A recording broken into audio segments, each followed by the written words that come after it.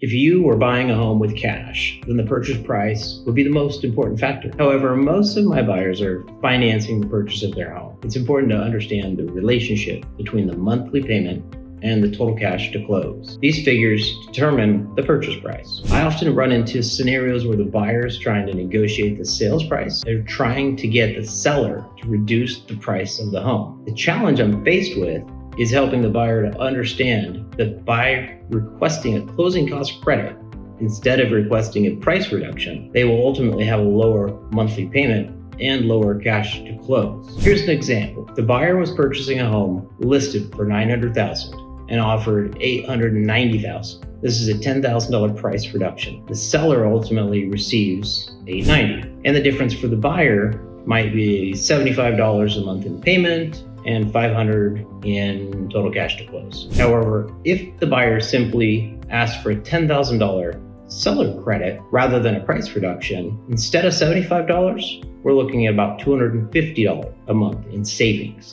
And instead of $500 savings, cash to close, we're talking about $2,500 saving in cash to close. For a first-time home buyer, where every dollar counts, this is literally the difference between being able to buy and not being able to buy. The structure of your offer is extremely important. I think it's extremely overlooked. Different markets, different timing, different options. This is constantly changing, and it's something that you need to talk with your real estate agent or your lender about, because you're not always going to be able to get closing cost credits. In the market that we're in right now, temporarily, I would say, you're able to get some closing cost credits. And when you can do that, I say do that, because it's ultimately saving you your monthly payment and it's saving your cash to close. Cash is king. So if you can keep the cash in your pocket instead of someone else's pocket, then you're ahead of the game. Another common misconception I run into is the understanding of down payment compared to total cash to close. When you buy a home, you need to budget and save more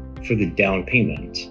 These additional funds will go towards closing costs and prepaids. Closing cost credit provided by a seller can essentially help a buyer reduce their total out-of-pocket at closing. This is extremely important when you're a first-time home buyer.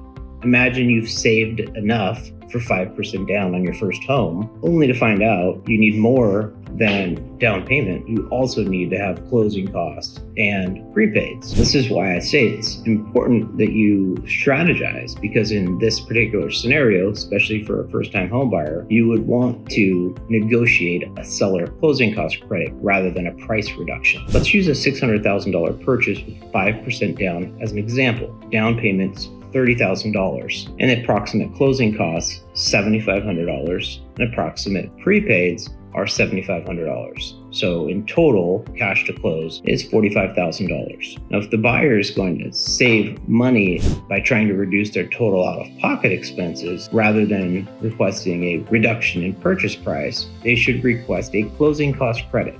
Instead of paying $45,000 out of pocket, they can pay $30,000 out of pocket. This is huge. Not only can it reduce your out-of-pocket, but it can also reduce your monthly payment. So look at other examples. We can compare difference in savings with a price reduction versus a closing cost credit. Applying the closing cost credit towards permanent rate buy-down.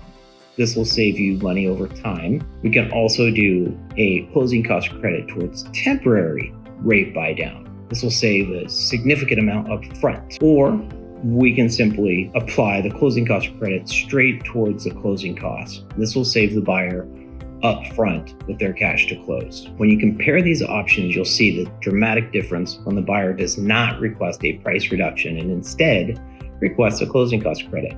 It's this strategy that's helped many buyers with the purchase of the very first home, while others are scratching their heads just going, how do they do that? Follow me for more mortgage and real estate tips.